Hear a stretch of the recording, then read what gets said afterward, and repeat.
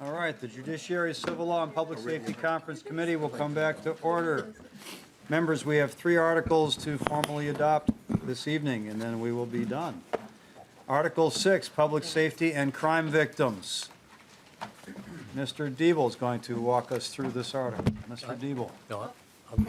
Mr. Backus. All right, my notes are already wrong. Mr. Backus. Thank you, Mr. Chair, members. So Article 6 is entitled Public Safety and Crime Victims, and I'll talk a little bit. First off, it combines the original House Article 6, which is Public Safety and Crime Victims, and the side-by-side Article 20, Additional Public Safety Policy, which is from Senate File 1824, House File 1510. So it basically combines 2 articles into one. So most of all the provisions are either identical or substantially similar from the original provision. So I'm only going to do a very big picture highlights overview of some of the highlights. So some of the highlights include providing for state responsibility for funding sexual assault exam kits. It accepts Senate-only DWI provisions relating to ignition interlock, custodial arrest, preliminary breath tests, and plate impoundment. It increases homeowners' insurance policy surcharge, changes soft body armor reimbursements. It expands the killed in the line of duty definition for public safety officers to include certain suicides. It establishes a reward account for missing and murdered Indigenous relative investigations. It establishes a missing and murdered Black women and girls office. Establishes an Office of Restorative Practices, which was a House-only provision. It has a fusion center reporting provision, a questioned identity process for use by the BCA, and then there's carbon monoxide alarm requirements for hotels and lodging houses. And I'll point out that those provisions are delayed by a year to August 1, 24. That's new for the conference committee. It expands the computer and electronic data theft crime. And then it makes a number of other changes relating to the DPS and crime victims provisions. And again, that's just kind of an overview. I'll point out 3 things before I stop that are new to the conference committee. Section 12 on page 7 amends 299A.296, the Community Crime Prevention Programs and Grants, and expands it to include violence prevention and crime intervention programs. Also new is Section 23 on page 18. This is a statute on the Anti-Traffic Investigations Coordinator, and it strikes a requirement that the coordinator work in the Office of Justice Programs. Finally, the only other provision I'd point out that's new is on page, let's see, it's the reviser's instruction on page 61, beginning on 61.15, paragraph C. It requires the revisor to reconcile provisions relating to extradition changes that were made in 2 different House and Senate bills this year that became law that amended those sections, and the revisor has to reconcile them, and it has to do with the Gender Affirming Care Protection Bill and the Abortion Bill. So that just gives the revisor instructions an instruction to do that. Thank you, Mr. Backus. Are there any questions, comments, or discussion from members of the conference committee?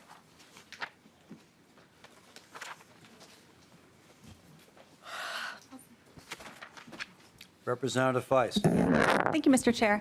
I've already spoken about the Restorative Practices Office, so I just wanted to flag also the Fusion Center Reporting Bill, which I authored in the House and Senator Limmer authored in the Senate. And this is a great provision that will just provide some more transparency around the nature and the extent of the data that the Fusion Center collects on private citizens and with whom they share it.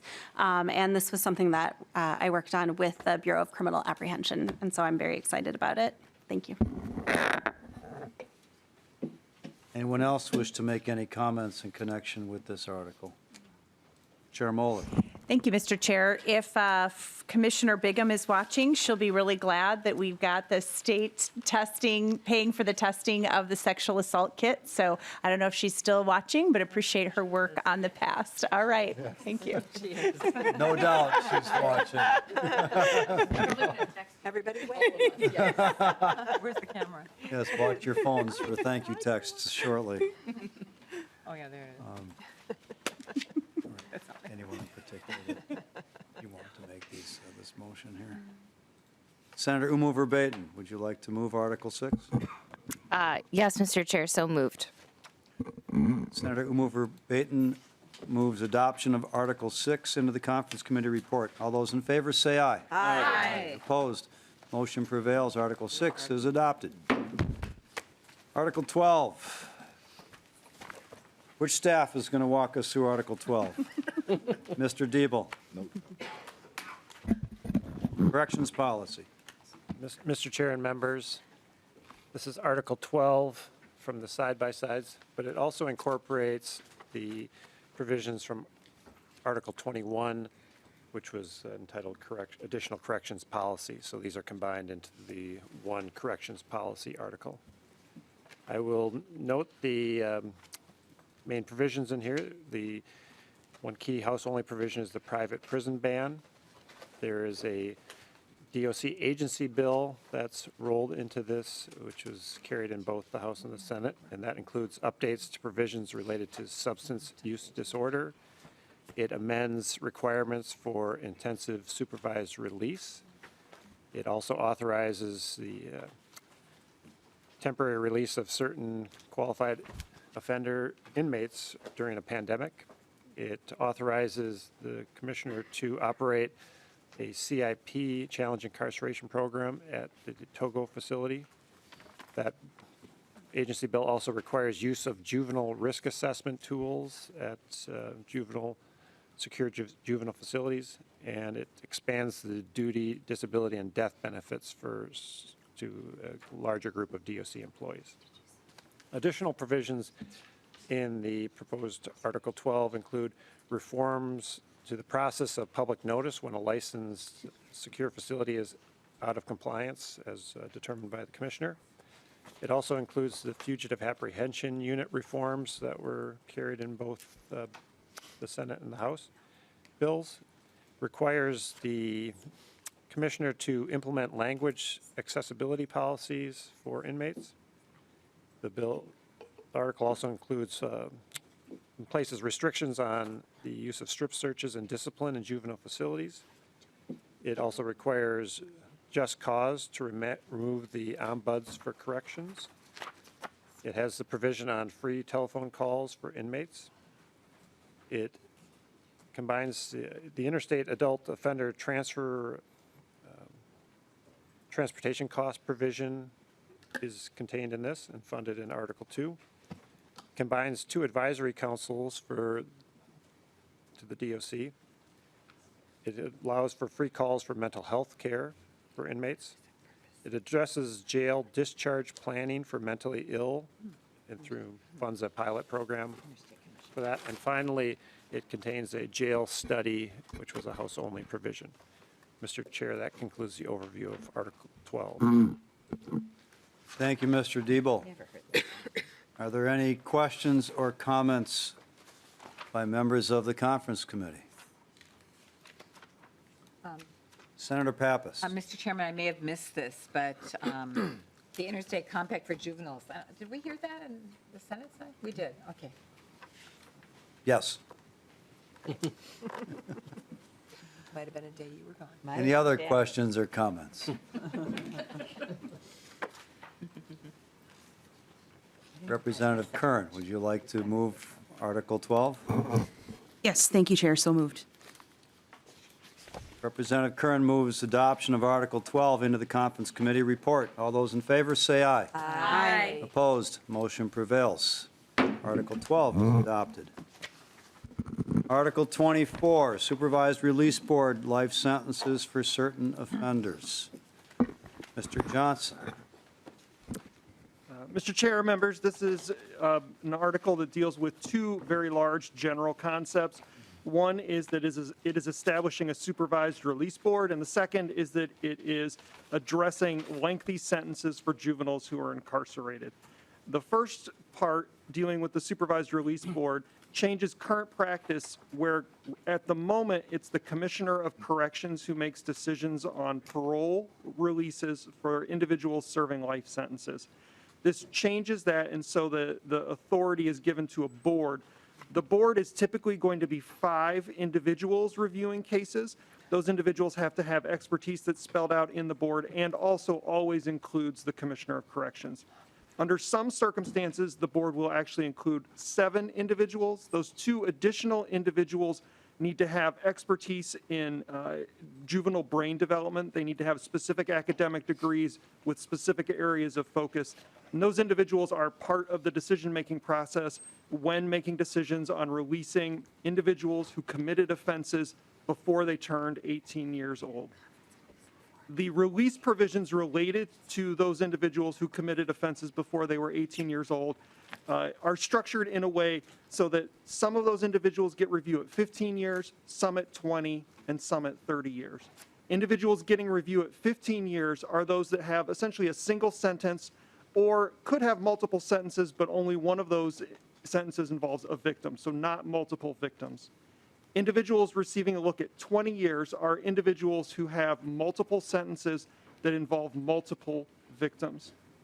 The only individuals who would get a look after only 30 years are those who have 3 consecutive life sentences. Mr. Chair, I think that concludes the high-level overview of this article. Thank you, Mr. Johnson. Any questions or comments from members of the committee? Representative Feist. Thank you, Mr. Chair. This is a really big deal. This bill addresses juvenile life without parole, which was found to be unconstitutional in 2012. And it is the result of really tireless work by so many advocates and experts. And I'm just thrilled that we were able to do it. And I want to thank Representative Frazier and Senator Latz, the Senator author, and I was the House author, and especially Chair Moller. Thank you so much for working so hard on this. It is because of your work and you're willing to engage on this very complicated task that we are here. So thank you so much. Thanks. Any other questions or comments? Thank you, Representative Feist. It was a pleasure to work with you on this. This is another one of the bills that we're getting across the finish line that I've been working on for a decade or longer. This whole conference committee report is peppered with policy changes that I've been working on since I came into the Senate. And I'm very excited to make progress on this among the others, but this one in particular because of my perception of the injustice of the sentences that were imposed at the time, which was recognized by the U.S. Supreme Court in Moller versus Alabama, and which is what brought us to this point now. So this will give an opportunity for people to make the case that their sentence ought to be different than it was at the time. So with that said, anyone else want to make any comments? Yes. Representative Frazier. Thank you, Mr. Chair. Thank you, Representative Feist, for the work you've done on this. And again, I echo, Senator Chair Latz, thank you for the years you put into trying to get this to this point. As I've learned in the time that I've been here at a legislator, many of these things, it takes a team to get it done over the course of a decade. So thank you for the work you've done on that. And Chair Moller, I can only say that I am happy to be here because I know that it was uncertain if we'd be here at this point right now in the session. So thank you for the work you've done on it. Thank you for your willingness to continue to engage into being some uncomfortable conversations and grow from that and help us to get this done. Thank you for doing that. And one of the reasons I'm really excited about this is because not only were we operating unconstitutionally, but we were also have huge disparities in terms of who are the folks that are impacted by this unconstitutional policy that we had in place. So I'm looking forward to correcting some wrongs that have been around for a very long time. Thank you. Any further discussion?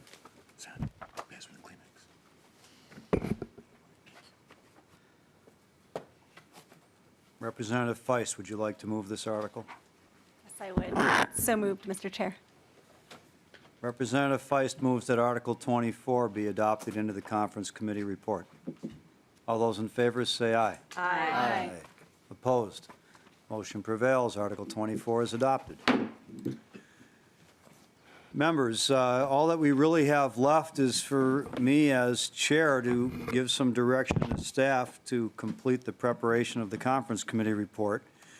So I do, in that role, direct staff to prepare Articles 1 and 2 dealing with judiciary and public safety appropriations, consistent with the spreadsheet that we adopted earlier today. I will also direct staff to make any technical and conforming changes as necessary. I believe that is all the work that we need to do as a conference committee. It's been my honor to be the chair from the Senate side, my honor to serve with my co-chairs, Becker, Finn, and Moller, on this, and with all of you who have served on this conference committee and done so much work at this table and not at this table throughout this session to bring us here today. This is a transformative milestone that we are going to be bringing to our respective bodies for passage, and I'm very excited at that prospect and the changes that they will bring to the justice system in Minnesota.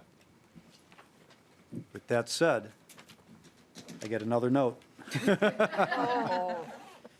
Special thank you to Zach Meinertz.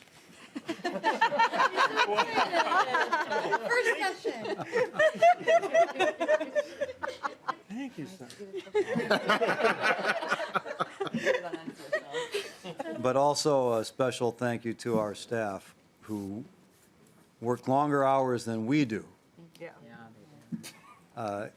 with exemplary product and results and guidance to make sure that what we do pass here is the best possible legislative product. We have an extraordinary staff that we know we couldn't accomplish what we do without them. An integral part of our work as much as we are as elected officials. So thank you to our staff for the work that you have done. With that said, we are adjourned.